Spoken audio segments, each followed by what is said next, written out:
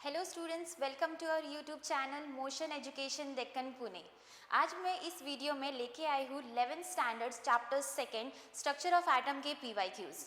आज हम इस वीडियो में सॉल्व करने वाले हैं सारे 2023 टू 2025 के important repeated questions, right. So let's begin with the chapter structure of atom. So as we start this chapter, you all know the discoveries, right? Who discovered electron, proton, neutron, right? तो ये सारी discoveries तो इस chapter में आपको पता ही होगी। अब बेस्ड अपॉन दिस हम लोग इस चैप्टर में सॉल्व करने वाले हैं PYQs, राइट। चलो स्टार्ट करते हैं। First question is calculate the wave number of photon emitted during the transition from the orbit n is equal to 4 to n is equal to 3 in hydrogen atom. ठीक है, चलो अब इस question को कैसे सॉल्व करना है ये आपको सबसे अच्छे तरीके से पता होना चाहिए। स्टेप बाय स्टेप आपको हर एक चीज़ लिख लेनी है कि यहाँ पे आपको वेव नंबर पूछा गया हुआ है, तो what is the formula of wave number, that is very important. Clear. उसके बाद आपको दिया गया हुआ है transition from orbit n is equal to 4 to n is equal to 3, मतलब कि 4 to 3, इसका मतलब ये वैल्यू हमारी n1 है, ये वैल्यू हमारी n2 है, n2 to n1। क्लियर, ये मैंने क्लियर कर दिया यहाँ पे। सेकेंड, इन हाइड्रोजन एटम बोला गया हुआ है और RH मतलब रीडबर्ग कांस्टेंट आप लोग को दिया गया हुआ है 109677 सेंटीमीटर इनवर्स। ठीक है, सारी वैल्यूज दी गई हुई है। मेन चीज आपकी क्या है यहाँ पे, what is the formula of wave number, है ना। तो वेव नंबर का फॉर्मूला क्या है यहाँ पे, wave number is equal to RH, right, 1 by n1 square minus 1 by n2 square. ठीक है, तो ये आपका फॉर्मूला है। इस फॉर्मूले से आप लोग वेव नंबर निकाल सकते हो। क्लियर, सारी वैल्यूज आप लोग को दी गई हुई है। हमने n1 भी डिस्कस कर लिया है क्या है, n2 भी हमने प्रेडिक्ट कर लिया है क्या है। You just have to do the substitution in the formula, है ना।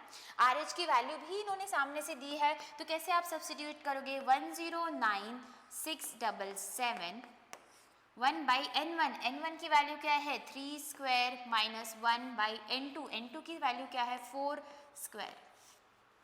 क्लियर, सॉल्व करो यहाँ पे। इसको सॉल्व करने के बाद आप लोग को मिलेगा 1 बाई 9 1 बाई 16। ठीक है, देखो मैथमेटिक्स इस चैप्टर में बहुत ज़्यादा इंपॉर्टेंट है, क्योंकि आप लोग को सॉल्विंग करने के लिए थोड़ा बहुत मैथ्स तो आना ही चाहिए। क्लियर, अब देखो जल्दी से, यहाँ पे हमने सारे वैल्यू सब्स्टिट्यूट कर दिए हैं। कहीं पे भी कोई घुमा फिरा के क्वेश्चन नहीं पूछा है, हमें डायरेक्ट फॉर्मूला जानना था और हमें आंसर मिल जाता, राइट। तो यहाँ पे कैलकुलेट करने के बाद you are going to get almost nearly option number C. ठीक है, यहाँ पे कैलकुलेशन आप लोग को खुद करना है, आप बहुत अच्छे से इसका टाइम ले सकते हैं, और प्लीज़ आप लोग को ये calculation as soon as possible आपको सॉल्व करना है। Clear, you can pause the video, आप वीडियो पॉज कर सकते हो और इस क्वेश्चन को सॉल्व करने के लिए टाइम ले सकते हो आप, जिससे आपको पता चलेगा कि आपको कितना टाइम लग रहा है कैलकुलेशन पार्ट में। क्लियर, तो I hope this question is clear to everyone कि कैलकुलेशन करने के लिए आप लोग को स्टेप बाय स्टेप सारे चीज़ इन्वॉल्व करने हैं। क्लियर, चलो next is question number 2, calculate the wavelength of photon if the wave number is given to you. ठीक है, देखो यहाँ पे ना सारे क्वेश्चंस इंटर रिलेटेड है, कहीं वेव नंबर पूछ लिया तो कहीं वेव लेंथ पूछ लिया, राइट। तो यहाँ पे तो हम लोग ने निकाल लिया वेव नंबर, ये फॉर्मूला था हमारा। Next one is calculate the wavelength, wavelength निकालना है, किससे डिनोट होती है वेवलेंथ, लैम्डा से। Clear, of the photon if the wave number is given to you, wave number is given to you as 2800 centimetre. अब मुझे बताओ वेव नंबर और लैम्डा के बीच में व्हाट इज द रिलेशनशिप। आपको पता होना चाहिए कि what is the relationship between wavelength and lambda. Clear, तो वेव नंबर जो हमारे पास प्रेजेंट है, wave number is equal to inverse of lambda. Clear, तो ये तो डायरेक्ट फॉर्मूला मिल गया हमें। अब निकालना हमें वेवलेंथ है, तो lambda is equal to 1 by wave number. ठीक है, ये जो साइन है ना, ये साइन वेव लेंथ को रिप्रेजेंट करती है, सॉरी वेव नंबर को रिप्रेजेंट करती है, and this is wave length.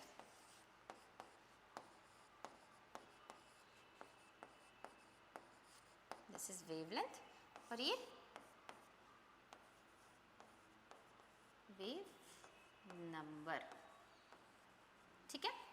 जिनको अभी नहीं पता है कि ये सिम्बॉल्स क्या है, अगर आप इस वीडियो के थ्रू रिवाइज कर रहे हो तो please I will explain you कि हर एक सिंबल का मीनिंग क्या है, उसको क्या बोलते हैं, हम सब डिस्कस करेंगे, ठीक है। चलो अब बचा क्या, calculation part. Wavelength is equal to 1 divided by 2800, again a calculation part, right. You can take time, you can do the calculation and you have to tell me the answer, है ना। तो अब जब आप पूरा सॉल्व करोगे तो आपको nearly you will get answer as option number A, ठीक है। तो आपको सॉल्व करना है, देखो सारे का सारा जो हमारा फाइनल यूनिट है that is in centimetre, so all the options are also in the centimetre only, ठीक है। तो आपको आंसर आएगा ऑप्शन नंबर ए, ठीक है। यहाँ पे देखो ये दोनों questions, question number 1 and question number 2, इन दोनों क्वेश्चन में कुछ भी आप लोग को हार्ड नहीं था या फिर कुछ भी डिफ़िकल्ट नहीं पूछा था। What they have been asked, आप लोग को डायरेक्ट फॉर्मूला पूछा and you have to substitute and you have to find the answer, है ना। तो इसलिए इस चैप्टर में आपको फॉर्मूलेज बहुत ज़्यादा इम्पॉर्टेंट है, क्लियर। तो इस फॉर्मूलेज को याद करने के लिए आपको एक फॉर्मूला चार्ट बनाना है इस चैप्टर का, क्लियर। चलो we are done with question number 1, question number 2। I hope आप लोग को ये क्वेश्चन समझ में आ गए हैं, कैलकुलेशन वाला part. You can take time and solve and let's move to the next question. Question number 3, what will be the wavelength of a ball of mass 0.2 kgs moving with velocity of 20 meter per second and h is given to you। चलो अब as I said in the previous video as well कि आप लोग को जब physical chemistry में questions पूछे जाते हैं तो आपको जो जो चीज़ उसमें दी गई हुई है वो अंडरलाइन करनी है और आपको लिख लेनी है, क्लियर। चलो हम लोग देखते हैं यहाँ पे क्या क्या चीज़ दिया हुआ है। मास दिया हुआ है तो मैं लिख लूँ क्या क्या चीज़ दी हुई है। Mass is given to you as 0.2, okay. उसके बाद वेलोसिटी दी हुई है आप लोग को 20, उसके बाद आप लोग को h की वैल्यू दी गई हुई है 6.6 इंटू 10⁻34। देखो यहाँ पे ये तीनों चीज़ दी गई हुई है, राइट। अब इन तीनों चीज़ को आप लोग को ना रिलेट करके what will be the formula, यहाँ पे कौन सा फॉर्मूला यूज़ करोगे आप लोग को पूछा है वेवलेंथ, तो वेवलेंथ का कौन सा फॉर्मूला है। Wavelength is equal to h/mv, this is the formula you are going to use in this question, है ना। Lambda is equal to h/mv, जहाँ पे mv को हम लोग मोमेंटम भी लिखते हैं, राइट। बट इस क्वेश्चन में मास और वेलोसिटी दी हुई है सामने से, तो आपको ये वाला फॉर्मूला यूज़ करना है। Again a formula related question, मतलब कि आपको फॉर्मूलेज याद होने चाहिए, क्वेश्चंस यूज सॉल्व हो जाएंगे आपके, है ना। चलो अब यहाँ पे हम लोग के पास लैम्डा दिया है, lambda is equal to h आपके पास दिया हुआ है 6.6 इंटू 10⁻34 डिवाइडेड बाय मास क्या दिया हुआ है आप लोग को, it is given to 0.2 kgs into और 20, वेलोसिटी इज 20। फिर सॉल्व इट, आप लोग को लैम्डा की वैल्यू आ जाएगी, क्लियर। बहुत सारे बच्चों के ये भी कंसर्न्स होंगे कि मैम हमें सॉल्विंग में प्रॉब्लम आती है, राइट। देखो सॉल्विंग के लिए you need very much of practice in physical chemistry, right. आप लोग को जो भी क्वेश्चन सॉल्व करना होता है उसको आप लोग को जितने बार आप प्रैक्टिस कर सकते हो, जितने बार आप कैलकुलेशन कर सकते हो, स्पीड उसी से बढ़ेगी आपकी, है ना। तो यहाँ पे भी ये क्वेश्चन में मान लो चलो आपको कैलकुलेशन पार्ट में डिफिकल्टी जा रही है, you need to find some short tricks to solve the questions, है ना। चलो you can pause the video, है ना, आप वीडियो पॉज कर सकते हो ताकि मैं आंसर आपको बता दूँ what is the answer of this question. After solving this, substituting all the values, you will get the answer nearly to 1.65 into 10⁻34, ठीक है।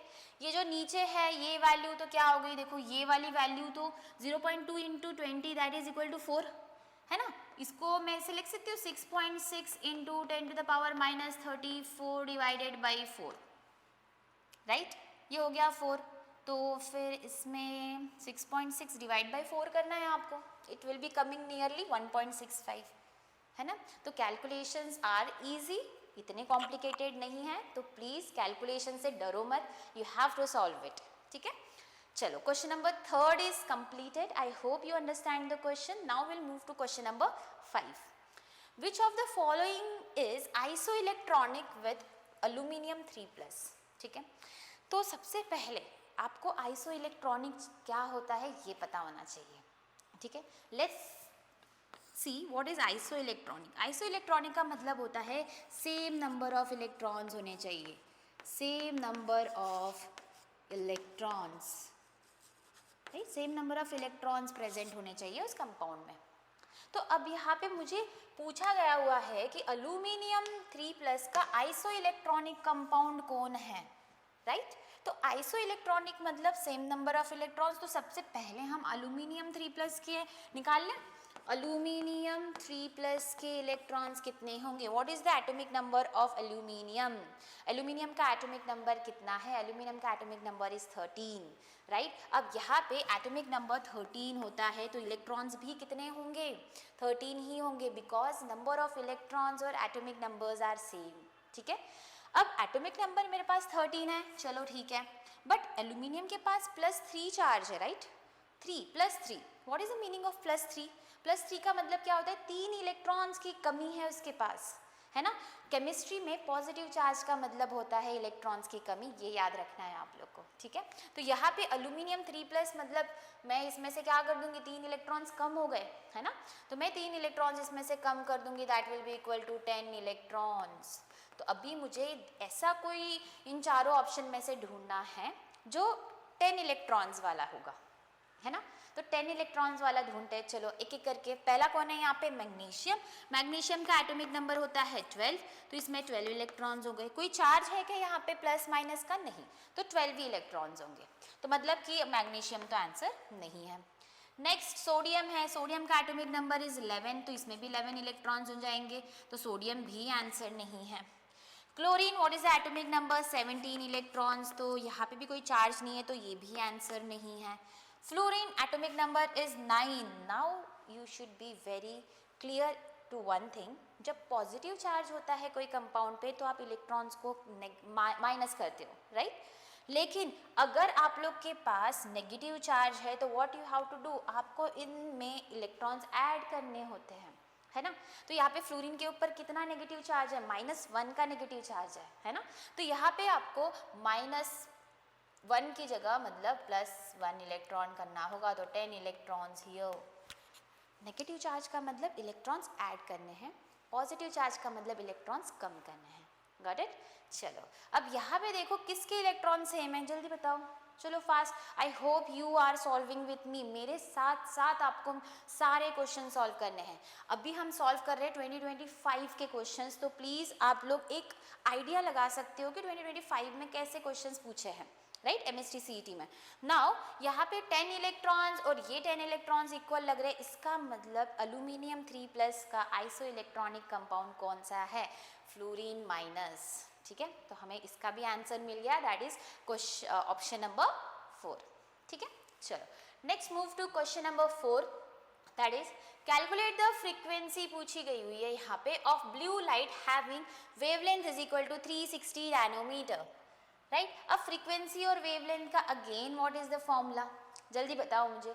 अभी तक आप लोग को सारे फॉर्मूलेज इस चैप्टर के लर्न हो जाने चाहिए, क्योंकि इस चैप्टर में ना फॉर्मूलेज ही फॉर्मूलेज है। अब frequency is equal to c/λ, this is how you are solving this question. ये हमारे पास क्या है? This is the relationship between frequency and lambda, ठीक है। अब यहाँ पे you can see frequency and lambda are inversely proportional to each other. हमें कैलकुलेट करनी है फ्रीक्वेंसी, c/λ को सब्स्टिट्यूट कर दो, राइट। तो what is here 360, sorry c की value is constant 3 × 10⁸ divided by lambda is given to you as 360 nanometre, but इसको 10⁻⁻9 metre लिखोगे आप, क्यों? क्योंकि ऊपर c की वैल्यू इज इन मीटर्स, ठीक है। तो कभी भी आपको जब सामने से वैल्यूज आती है लैम्डा की, नैनोमीटर या picometre, anything, you have to convert them into metres. तो नैनोमीटर को मीटर में कन्वर्ट करने का क्या प्रोसीजर है? 10⁻9 से मल्टीप्लाई करना है आपको, राइट। सब्स्टिट्यूशन हो चुका है। अगेन फाइंड अ पाथ, 3 से 360 डिविजिबल है, solve it, you will get the answer, right. So finally you are going to get answer as option number C, ठीक है। तो कैलकुलेट करना है आपको, वीडियो को पॉज करो, कैलकुलेट करो एंड जस्ट चेक कि आपका ये आंसर सही है या नहीं, क्लियर? तो आई होप अभी तक हमने क्वेश्चंस 5 क्वेश्चन सॉल्व किए हैं। पांचों क्वेश्चंस में आई होप आपको किसी में भी डाउट नहीं है। सिंपल क्वेश्चंस थे, तो देखो बहुत स्कोरिंग क्वेश्चंस है। 12th standard students as well as 11th standard students, आप लोग को ये पता होना चाहिए ये क्वेश्चंस आर वेरी इंपॉर्टेंट। आपको अगर ये फॉर्मूला याद हो जाएगा, आप इजीली सब्स्टिट्यूट करके आंसर्स निकाल सकते हो, right? There is nothing difficult in solving the questions here, है ना? चलो 5 questions are done. Next will move to question number 6। Identify the correct increasing order of energy orbitals. ठीक है, चलो इस क्वेश्चन में सबसे पहले मेन फोकस आपका होना चाहिए। आपको बोला है इंक्रीजिंग ऑर्डर पूछा है एनर्जी ऑफ ऑर्बिटल्स का, राइट? जब एनर्जी ऑफ ऑर्बिटल्स की बारी आती है तो we go according to what? Bohr Bury's rule. That is nothing but n+l की वैल्यू किसकी सबसे ज़्यादा होगी, राइट? n+l की वैल्यू जिसकी सबसे ज़्यादा होगी उसमें एनर्जी सबसे हाई होगी। This is what actually Bohr Bury's rule is. Question number 6 हम सॉल्व कर रहे हैं, राइट? तो what is Bohr Bury's rule, right? तो यहाँ पे हम लोग n+l की मैं बात कर रही हूँ। What is n? n is the principal quantum number. What is l? l is azimuthal quantum number of that orbital.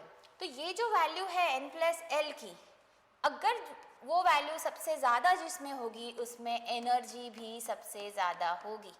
ठीक है, लेट्स सी कि इसमें कौन से ऑप्शंस है आपके पास।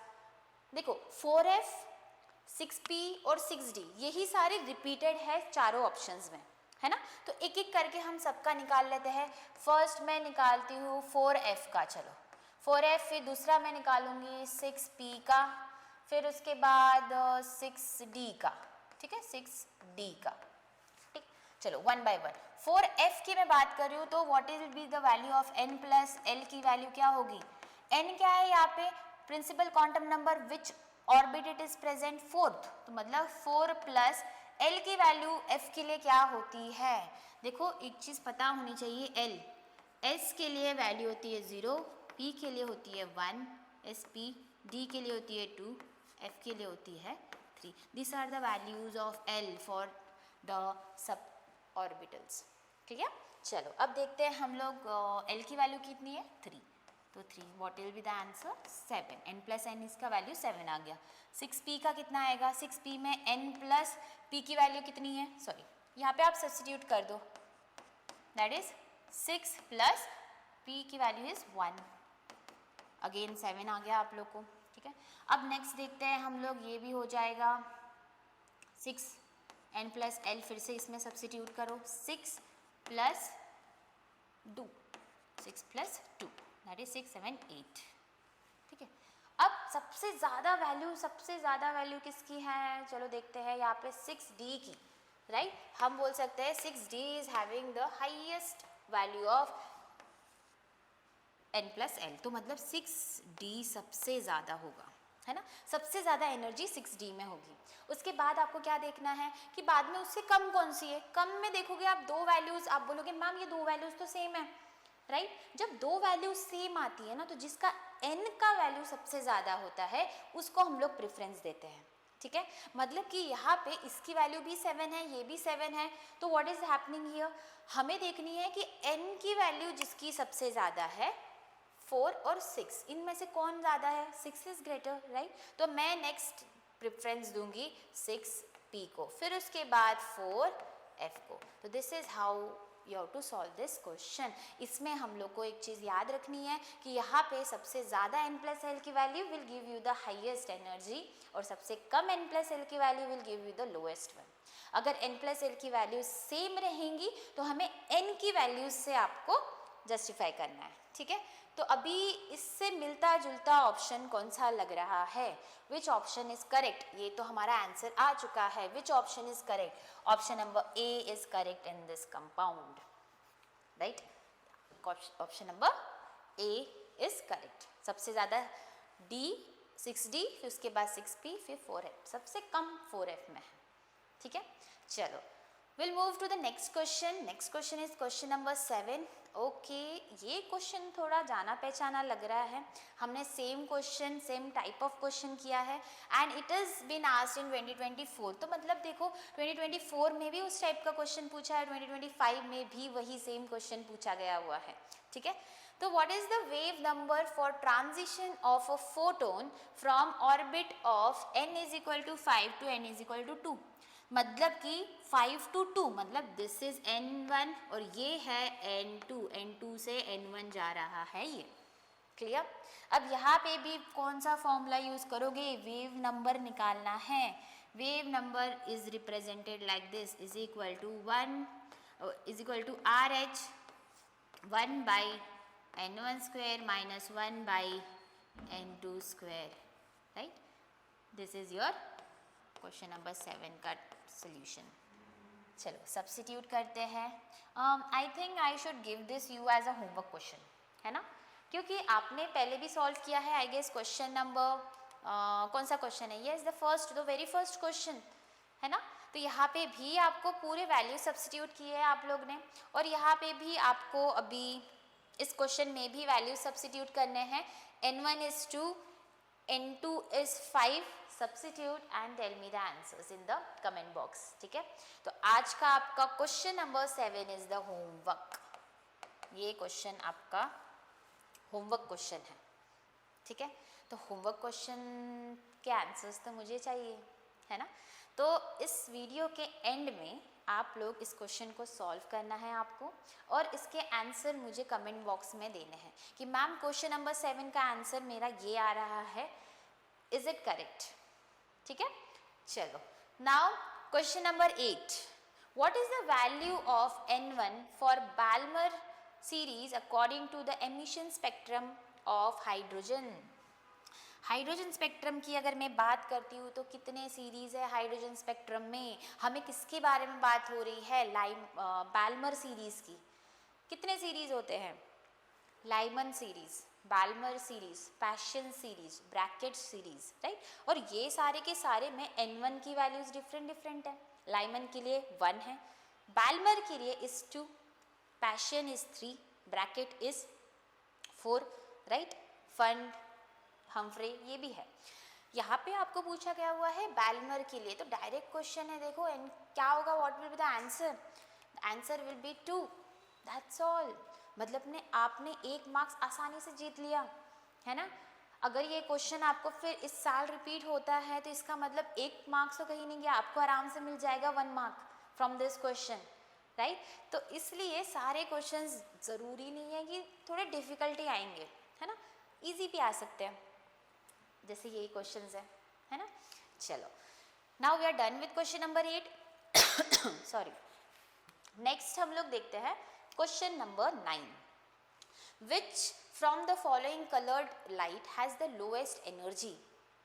ठीक है, तो लोएस्ट एनर्जी का मतलब क्या होता है. ठीक है, अब देखो सबसे पहले हमें पता होना चाहिए कि how many coloured lights are there. Visible spectrum में हम लोग कितने कलर्स की बात करते हैं. आपने ये तो सुना ही होगा, विबग्योर, है ना, VIBGYOR. Violet, indigo, blue, green, yellow, orange, red, this is VIBGYOR. जैसे मैं वॉयलेट से रेड के पास जाती हूँ, the lambda increases. Clear, what is the meaning of this. जब मैं वॉयलेट टू रेड के पास जा रही हूँ तो लैम्डा इंक्रीज होती है यहाँ पे. अगर मैं रेड टू वॉयलेट के पास जाऊंगी तो lambda will decrease. Right, this is the fact, this is the fact. Second चीज, मैंने यहाँ पे आप लोग को लैम्डा के बारे में बता तो दिया है. अब व्हाट इज द मीनिंग कि यहाँ पे हमेशा याद रखो आप लोग कि लैम्डा और energy, how they are related with each other. Lambda और एनर्जी एक दूसरे से कैसे रिलेटेड है. What formula we are having, energy is equal to hc by lambda. This is the formula we have for energy. यहाँ पे lambda और energy are inversely proportional to each other.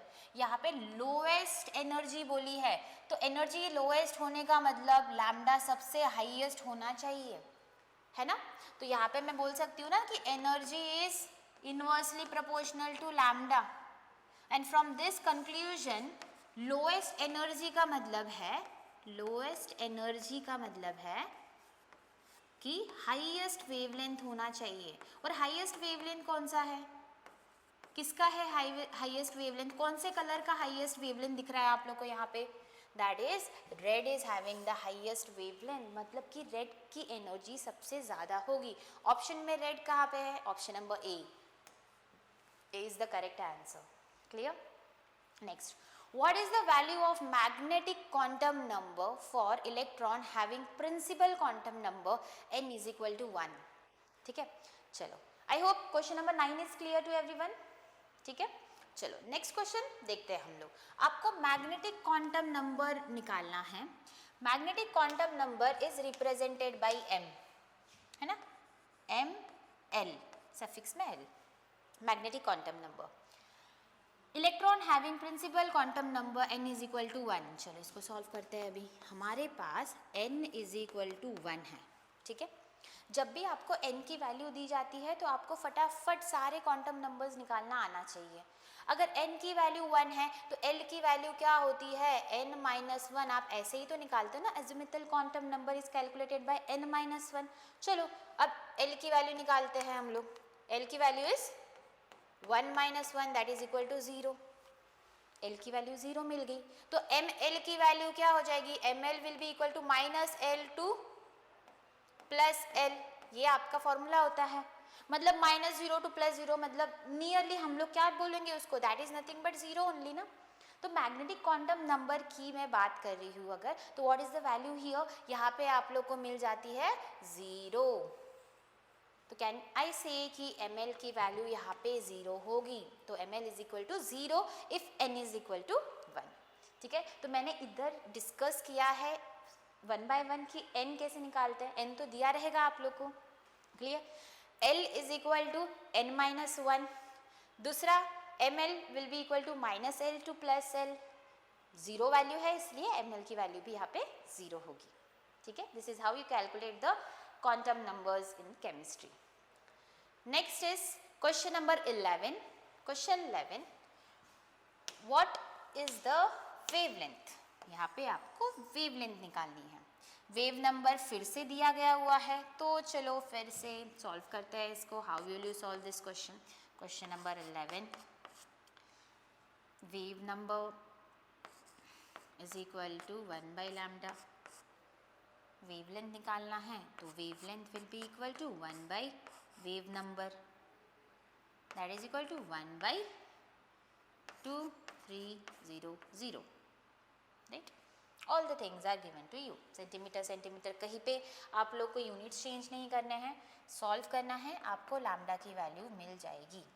Lambda की value will be nearly after solving this answer number A. Clear, तो solve करो आप लोग, please check it out कि आपको सही आंसर मिल रहा है कि नहीं मिल रहा है।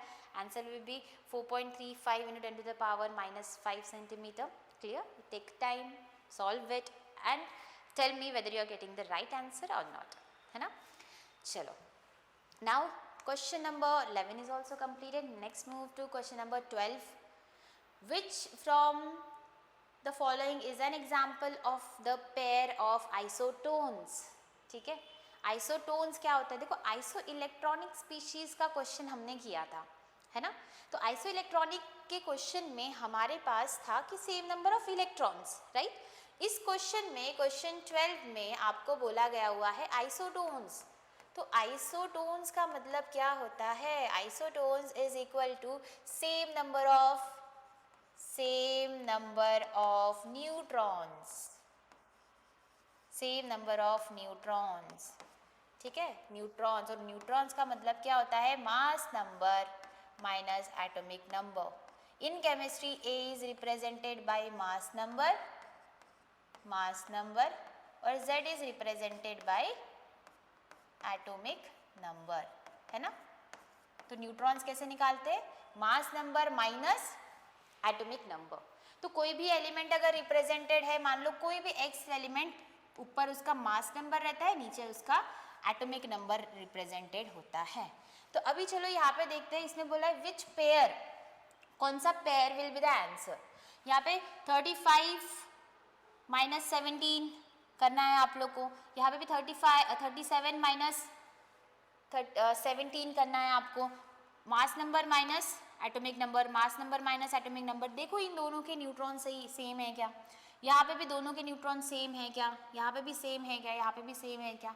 राइट जब आप लोग इस फॉर्मूले से सॉल्व करोगे a minus Z that is equal to neutrons, आप लोग को इस ऑप्शन में सेम मिलने वाले हैं, that is 23 minus 11 that is equal to कितने आएंगे यहाँ पे? अब देखो 23 तो हमारे पास क्या हो गया, इसका मास नंबर हो गया, ये हो गया हमारे पास एटॉमिक नंबर, तो यहाँ पे 12 आएंगे आपके पास न्यूट्रॉन्स, है ना।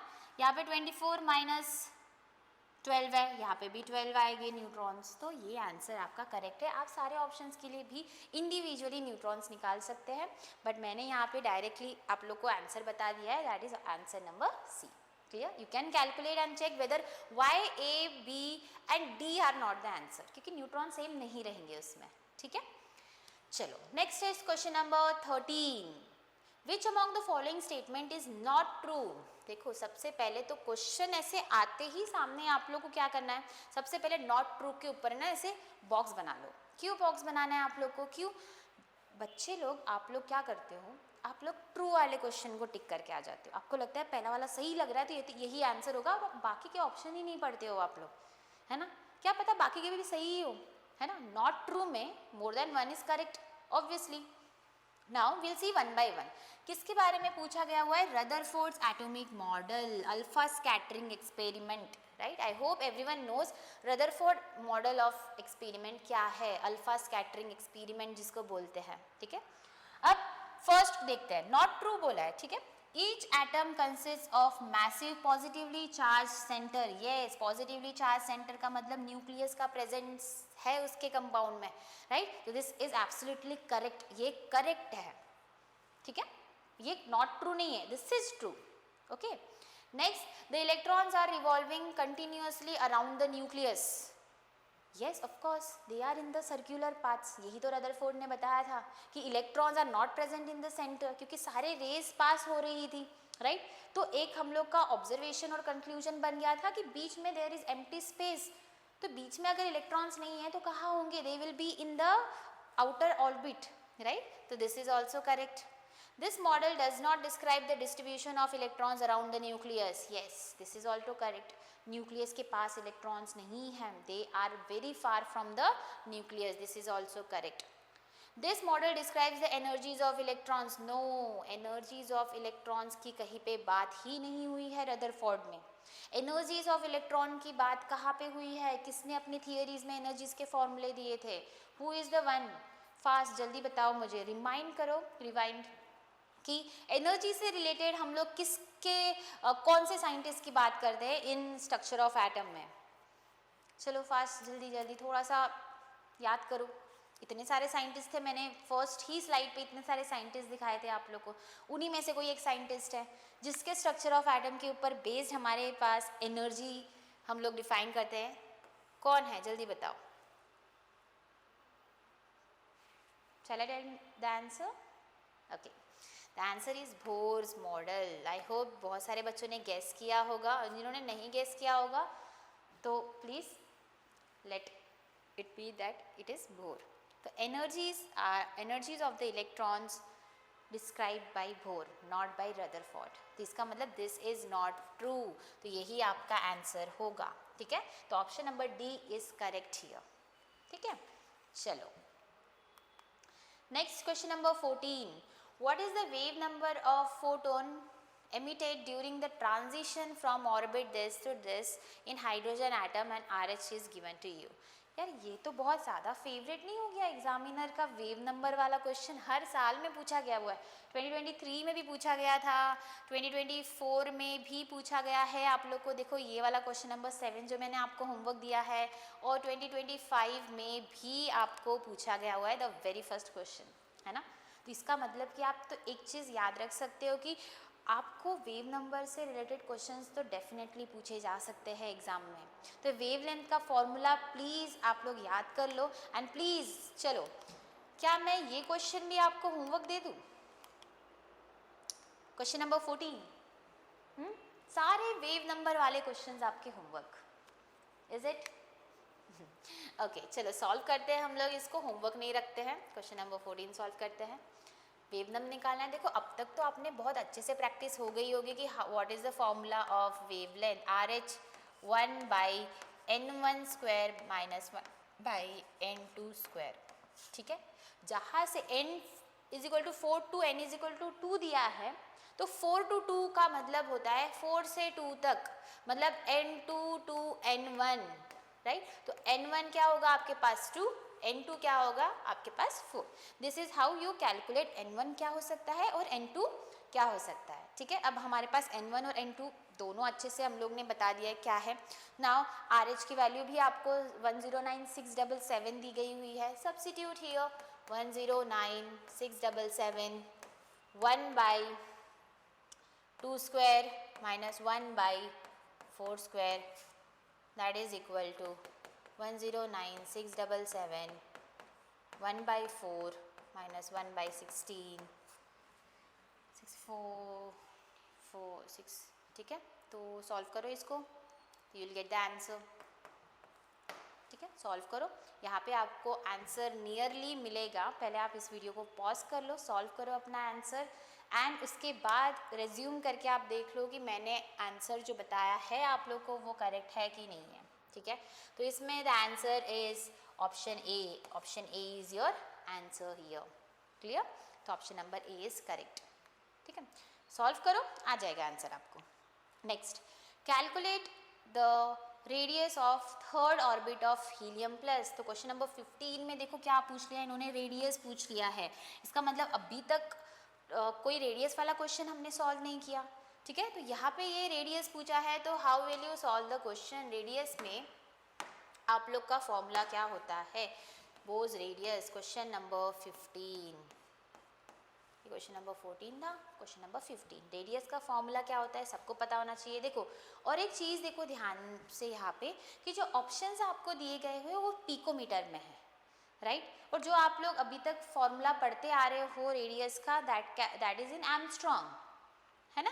तो ये तो पिकोमीटर में है, तो आपको पिकोमीटर वाला फॉर्मूला लिखना पड़ेगा, राइट? अभी चारों ऑप्शंस देखो, ऑप्शंस क्वेश्चन नंबर 15 में सारे के सारे दिए हुए हैं इन टर्म्स ऑफ पिकोमीटर। ठीक है, तो क्या इसका रिलेशनशिप होगा पिकोमीटर में, तो R is equal to 52.9 n square by Z picometre. ठीक है, तो ये आपका फॉर्मूला है in terms of picometre. Angstrom में क्या लिखते हो आप लोग, 0.0529 है ना, n स्क्वायर बाई Z, यहाँ पे 52.9 n स्क्वायर बाई Z। अब n क्या है यहाँ पे, what is n? n is the orbit, कौन से ऑर्बिट में है, थर्ड वाले। हीलियम दिया हुआ है, what is the atomic number of helium, का एटॉमिक नंबर क्या हो जाएगा 3। ठीक है, sorry atomic number will be 2 हो गया यहाँ पे एटॉमिक नंबर, और ये सब्स्टिट्यूट करो। R is equal to 52.9 into n square 3 square divided by 2। सारी वैल्यूज अभी आपके सामने हैं, calculate it in terms of R। ठीक है, मैक्सिमम R की value will be nearly among this options only, right? तो calculate it आपको दिया हुआ है 52.9, 105.8, 238, 433, right? Pause the video, can solve it, take your time and solve and let me know what is the answer here. चलो fast solve करो जल्दी, I want everyone to solve with me. मैंने आपको substitutions दे दिए हैं सारे, 52.9 everything. Nearly what will be your answer?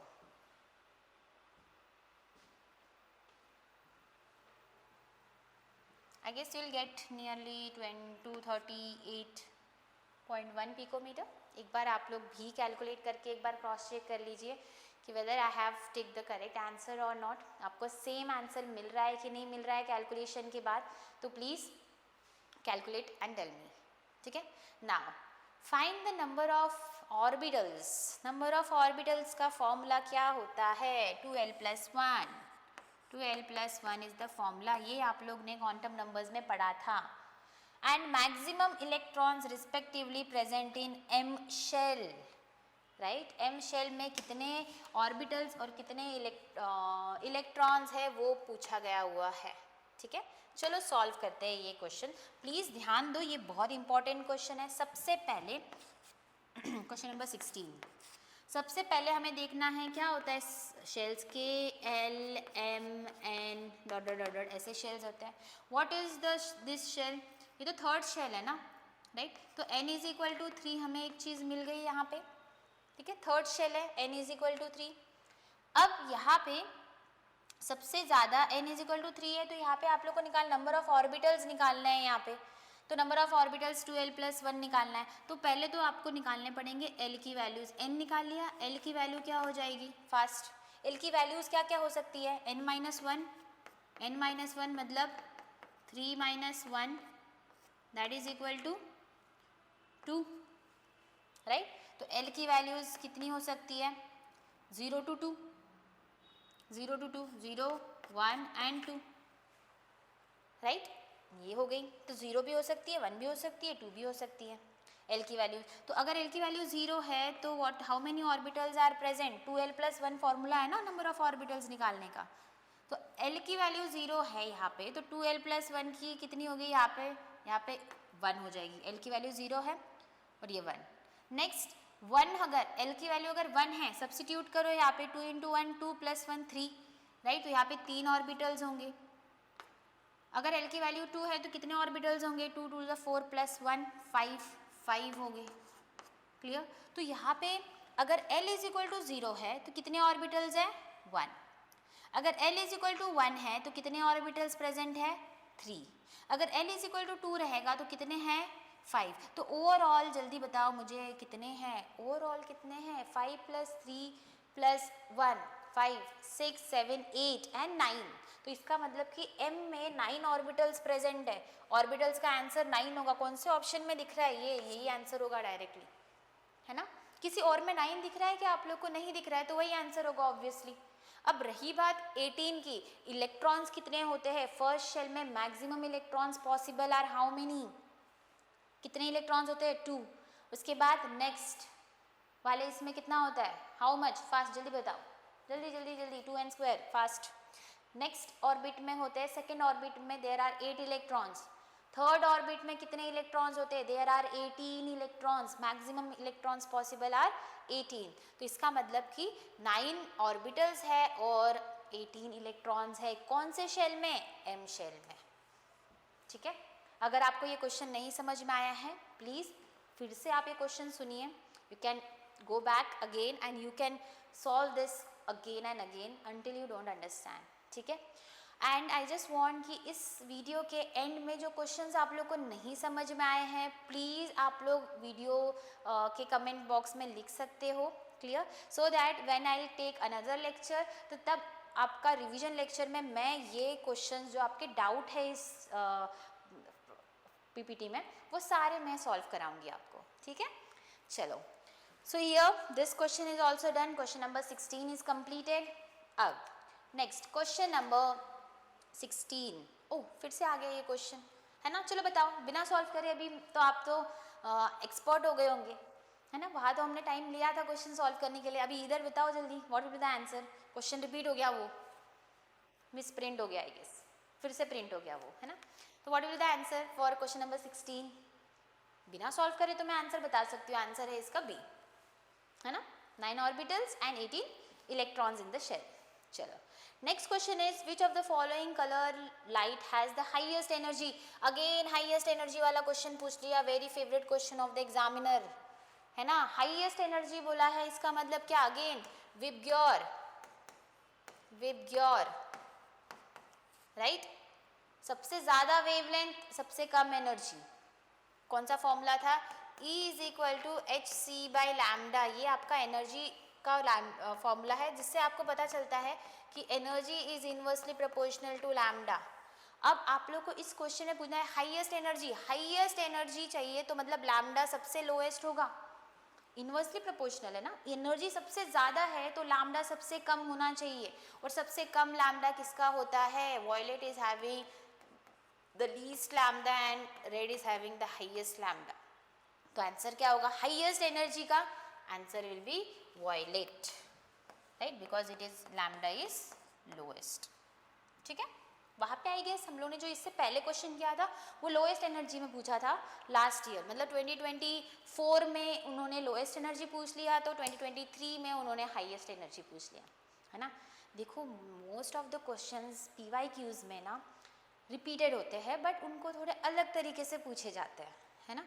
तो अगर आप लोग इस वीडियो में मेरे साथ साथ हर एक क्वेश्चन सॉल्व कर रहे हो तो आपको फाइनल एग्जामिनेशन में कोई भी दिक्कत नहीं होगी।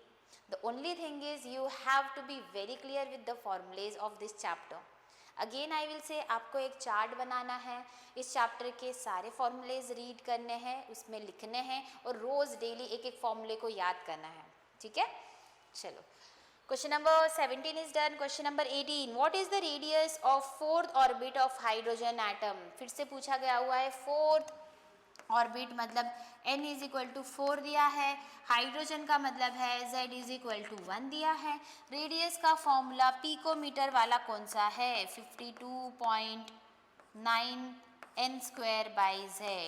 चलो, ये क्वेश्चन है आपका homework. Question number 18 is your homework, है ना। इसका मतलब क्या?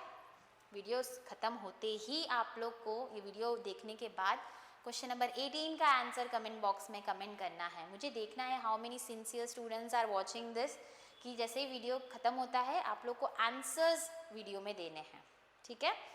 तो please question number 18 is your homework. तो क्या फॉर्मूला यूज़ किया हम लोग ने क्वेश्चन नंबर 18 के लिए?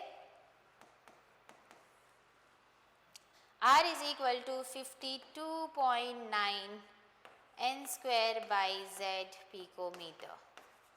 तो मतलब कि 50, देखो होमवर्क तो मैं ही कर दे रही हूँ आधा आपका, है ना। n की वैल्यू यहाँ पे 4 है, 4 स्क्वायर बाई 1।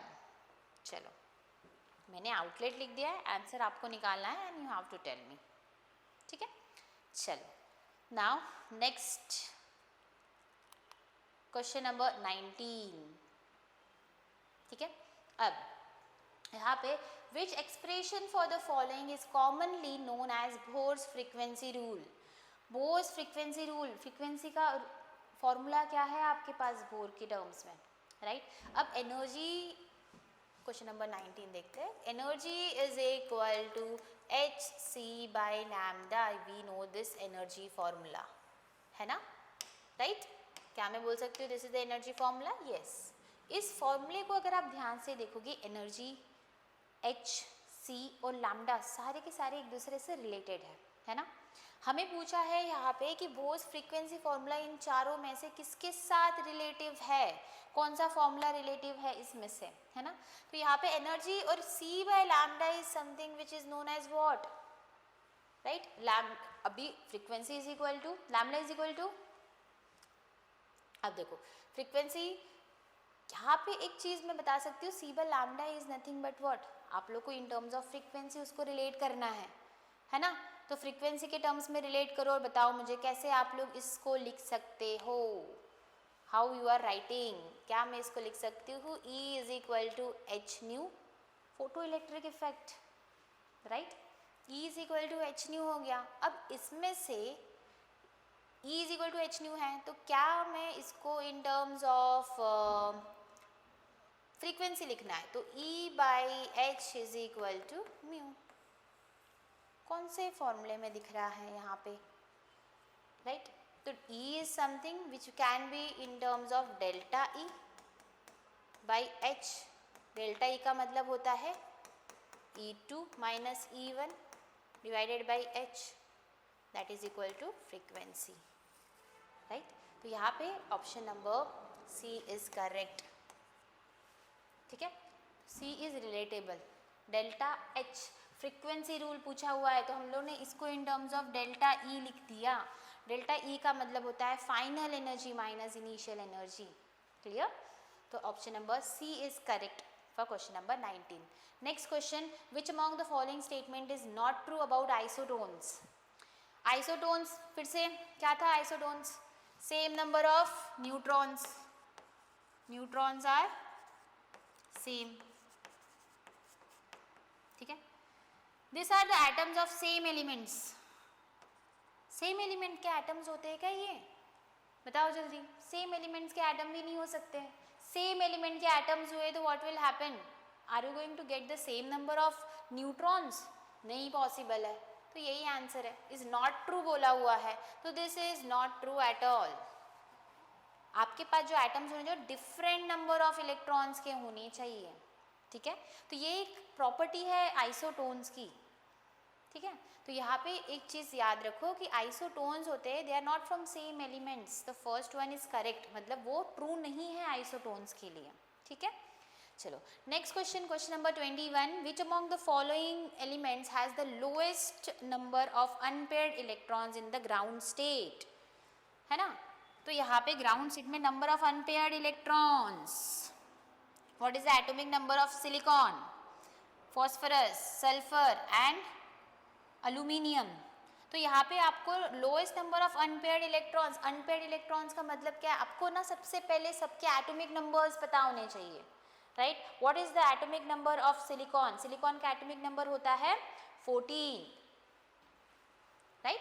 ये हो गया 14। तो 14 को कैसे लिख सकती हूँ मैं? इसको लिख दूँ neon 3s2 3p2, 14।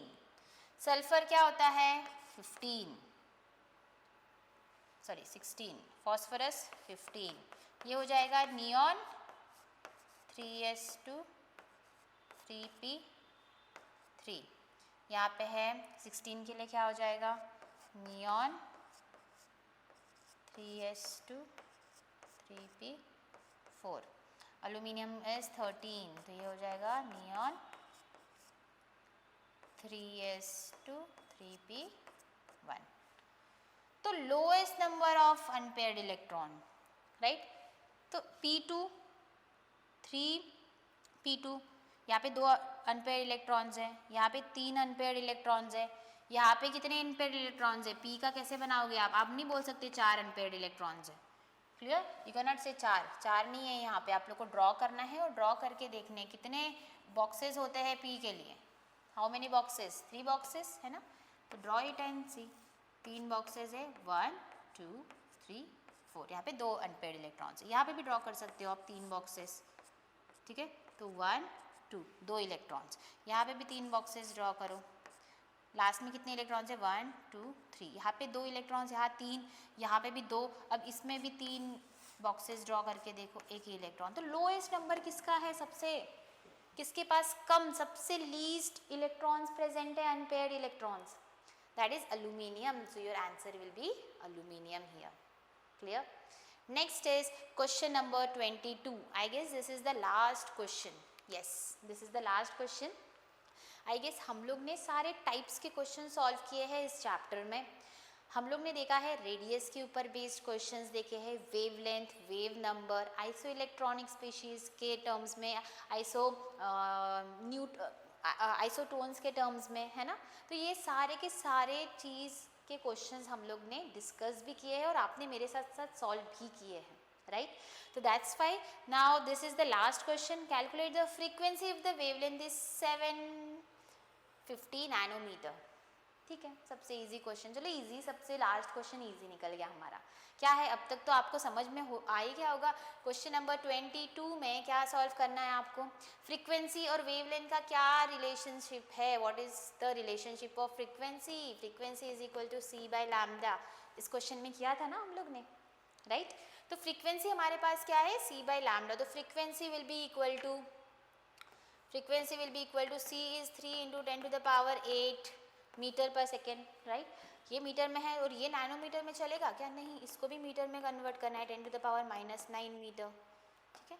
Solve this, frequency की वैल्यू आपको मिल जाएगी, ठीक है। तो what will be the value of frequency? So again calculate it, pause the video, do your calculation. So at the end if you solve it you are going to get the answer to be option number B, ठीक है। तो I hope आप सभी लोग ने मेरे साथ साथ कितने क्वेश्चंस थे? 22 क्वेश्चंस थे, राइट। सारे टाइप्स के क्वेश्चंस हमने सॉल्व किए हैं। अगर आपको कोई भी प्रॉब्लम आ रही है प्लीज़ आप कमेंट बॉक्स में आप लोग को लिख सकते हो आप लोग आपकी क्वेरीज, राइट, कि क्वेश्चन नंबर ये मैम हमें समझ नहीं आया है, क्वेश्चन नंबर दिस प्लीज़ हमें फिर से समझाइए। After watching this video please check कि आप लोग कहाँ पे लैक कर रहे हो, है ना। इतने क्वेश्चंस थे, सारे क्वेश्चंस फॉर्मूला बेस्ड आए हैं स्ट्रक्चर ऑफ एटम चैप्टर से, राइट। और ये चैप्टर स्टूडेंट्स का फेवरेट भी इसलिए होता है क्योंकि डायरेक्ट फॉर्मूला बेस्ड क्वेश्चंस पूछे जाते हैं, right. So with this thing I conclude the today's session, okay. Structure of atom के सारे क्वेश्चंस हमने ऑलमोस्ट जो इम्पोर्टेंट क्वेश्चंस है लास्ट 3 इयर्स के हम लोग ने डिस्कस कर लिए हैं, right. So please stay tune with us, follow our YouTube channel, और आपको इस प्लेलिस्ट में सारे चैप्टर्स के PYQs डिस्कस होने वाले हैं, राइट। तो ये चैप्टर सेकेंड था। सो नेक्स्ट वीडियो में मैं आपके साथ होंगी लेके chapter number 3 that is chemical bonding, ठीक है। तो वहाँ हम लोग इस चैप्टर के सारे PYQs डिस्कस करेंगे। तो thank you so much everyone for today, follow us for more and yes have a good day.